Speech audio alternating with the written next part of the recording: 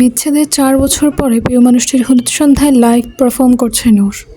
পুরো নাম তেহাজিব নূর, একজন প্রফেশনাল সিঙ্গার সে। মাসখানেক আগেই তাদের সাথে কন্ট্রাক্ট করেছে মিনিস্টার আসমিন জাইনের পিএ সানভি। সব কিছু জেনে শুনেই কন্ট্রাক্ট পেপারে সাইন করেছে নূর, যে বর্তমানে স্টেজ কাঁপাচ্ছে নিজের সুরেলা গলার গান দিয়ে। তার সাথেই একদল মেয়ে গানের তালে তালে নিচে যাচ্ছে, নূরও তাদের সাথে তাল মেলাচ্ছে মাঝে মাঝে। তার দিকেই রক্তচক্ষু দিয়ে তাকিয়ে আছে আসমি, অথচ তাকে দেখে বোঝার উপায় নেই এই মুহূর্তে তার রাগ পুরো কমিউনিটি সেন্টার জ্বালিয়ে দিতে পারে। আসমিনের বাবা কিছুটা আঁচ করতে পেরে মুচকি হাসলেন। ছেলের চোখে চোখ পড়তেই গা জ্বালানো হাসি দিতে ভুললেন না। আসমিনের রাগ তরতর করে বেড়ে গেলেও সে নূরের দিকে পূর্ণ মনোযোগ দিয়ে তাকালো। বেবি পিঙ্ক গ্রাউনে নূরকে প্রিন্সেসের মতো লাগছে। হেলে দুলে যখন ডান্সারদের সাথে পা মিলাচ্ছে তখন আসমিনের কলিজায় আগুন লেগে যাচ্ছে, অথচ তার পাশেই তার হবু বউ বসে রাগে ফুঁসছে। তাতে তার কোনো হেলদোল নেই। তার কলিজায় কয়লা করার জন্য স্টেজে হাজির হলো মেল সিঙ্গার তাসিম, যে আপাতত নূরের সাথে ডুয়েট করছে। দুজন যে খুব বেশি এনজয় করে গাইছে তা কেউ চোখ বন্ধ করে বলে দিতে পারবে। আসমিনের হবু বউ লারা এবার নিজের বেচারি মার্কা খোলস ছেড়ে বেরিয়ে এলো। কটমট করতে করতে আসমিনকে বলল, প্রাক্তনের প্রতি দরদ উঠছে নাকি? এভাবে তাকিয়ে কি তার রূপের সাগরে ডুব দিয়েছ তা সবাইকে বোঝাতে চাইছ? আসমিন পূর্ণ দৃষ্টিতে তাকালো লারার দিকে, পা থেকে মাথা পর্যন্ত চোখ বুলিয়ে উপহাসের সুরে বলল, সামনে রূপের সাগর রেখে আমি পাশে পচা ডোবা নিয়ে বসে আছি। কি দিন আসলো আমার! আমি কি ভেবেছি জানো লারা, এবার শহরের সমস্ত পচা নর্দমাগুলো পরিষ্কার করে ফেলবো, আবর্জনা সব ডাস্টবিনে ছুঁড়ে ফেলবো। মন্ত্রী হিসেবে আমার একটা কর্তব্য আছে তো নাকি? লারার মুখ আপনা আপনি বন্ধ হয়ে গেছে। আসমিনের নজর এখনও নূরেতেই স্থির। প্রথম থেকে সবটা খেয়াল করলেও আসমিনকে পুরোপুরি ইগনোর করে গেছে নূর। প্রিয়জনের পাশে অন্য কাউকে সহ্য করা মানে নিজের কলিজায় নিজেই করাত চালিয়ে দেওয়া। তবুও নূর নির্বাক, আর তার এই নির্লিপ্ততাই তার সবচেয়ে বড় হাতিয়ার। এই যে সামনের মানুষটা তাকে হাদি খুশি আরেকজনের সাথে পারফর্ম করতে দেখে তেলিবেগুনে জ্বলে উঠছে, তাতেই তো তার নিজের কলিজায় বরফ পড়ছে। গান শেষ হতেই উত্তেজনায় ফেটে পড়ল দর্শক। করাতালিতে তাদের বাহবাহ দিয়ে যাচ্ছে সবাই।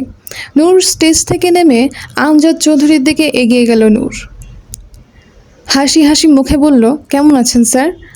মার খাবি, আমি আবার স্যার হলাম কবে রে? মিনিস্টার আসমিন জাইনের বাবা আপনি, স্যার না বললে গর্দান যাবে যে। ওইসব মিনিস্টার ফিনিস্টার বাদ দে, 2 পয়সার মূল্য নেই আমার কাছে এসবের। আমি তোর আঙ্কেল ছিলাম তাই আছি, খবরদার এসব স্যার টার ডাকবি না। আচ্ছা আচ্ছা, ডাকবো না, রাগ করো না তুমি, অনেক দিন পরে দেখা, এভাবে রাগ করলে আমার খারাপ লাগবে। ছেলের বিয়েতে মজা করো, মুখ গোমরা করে আছো কেন? নূরের কথা শুনে মুখ গোমরা করে ফেললো আমজাদ চৌধুরী। দীর্ঘশ্বাস ছেড়ে নূরের মাথায় হাত বুলিয়ে দিল। অনেক বড় হয়ে গেছিস, দোয়া করি আরও বড় হও। সবাই সব কিছুর মূল্য দিতে জানে না রে মা। কাজকে হীরা ভাবতে ভাবতে আসল হীরাকেই কাজ ভেবে হারিয়ে ফেলে। যে মূল্য দিতে জানে না তাকেও মূল্যহীন খাতায় ফেলে দিয়ে এগিয়ে যা। নিজেকে এতটা শক্ত কর যাতে আল্লাহ ছাড়া আর কেউ তোকে ভেঙে গুঁড়িয়ে দেওয়ার ক্ষমতা না রাখে। নূর মলিন হাসল। আমজাদ চৌধুরীর কাছ থেকে বিদায় নিয়ে তার জন্য বরাদ্দকৃত রুমের দিকে এগিয়ে গেল। রুমে প্রবেশ করতেই নূরের হাসি হাসি মুখটা বিষাদের কালো মেঘে ছেয়ে গেল। চোখ থেকে পানি গড়িয়ে পড়ার আগেই শান্তপূর্ণে তা মুছে নিল সে।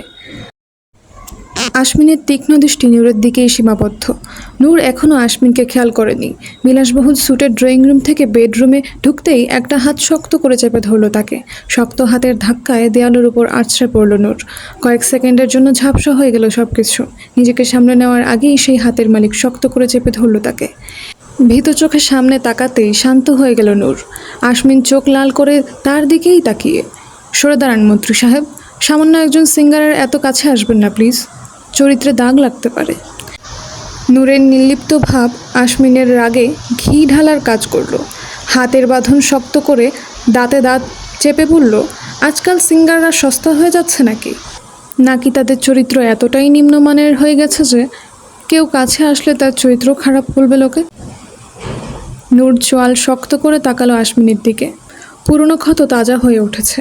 নূর তাচ্ছিল্যের হাসি দিয়ে বলল, মানুষ নিজের চরিত্র দিয়ে অন্যকে বিচার করে জানেন তো মন্ত্রী সাহেব। যার চরিত্র যেমন সে অন্যকে তেমনই ভাবে। সেসব কথা বাদ দিন, নিজের হবু বউয়ের দিকে নজর দিন।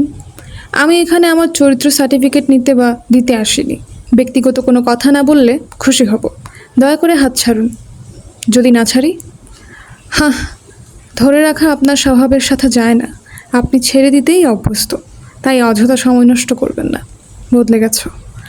পৃথিবীটা বড্ড নিষ্ঠুর মন্ত্রী সাহেব। কি, বিশ্বাস হচ্ছে না? বিশ্বাস না হলে একবার আমার জায়গায় নিজেকে দাঁড় করিয়ে দেখুন। আমার চোখ দিয়ে পৃথিবীর নিষ্ঠুরতম মানুষগুলোকে দেখুন। দেখবেন প্রতারকদের মেলা বসেছে। ঠান্ডা মাথায় খুন করে দিয়ে চলে যাবে, বুঝতেই পারবেন না। আচ্ছা মন্ত্রী সাহেব, আপনি কখনো আয়না দেখেন না? চোখ মেলাতে পারেন তো নিজের সাথে? ঘৃণা হয় না এই জঘন্য প্রতারক চেহারা দেখে? বমি পায় না? আমার কিন্তু বমি পাচ্ছে। মনে হচ্ছে ঘৃণাগুলো বমি হয়ে আপনার গায়ে উগড়ে দিই। আপনি বরং চলে যান, অযথা সময় নষ্ট করার মানে হয়? নূর, আপনার উপরে আমার কোনো দাবি নেই মন্ত্রী সাহেব। নূর এতটাও বেহায়া না। ভাববেন না আপনার নতুন সংসারে ঝামেলা সৃষ্টি করব। জীবন অনেক লম্বা, জানেন তো? সেখানে আপনার মতো প্রতারকদের পাত্তা দিতে নেই।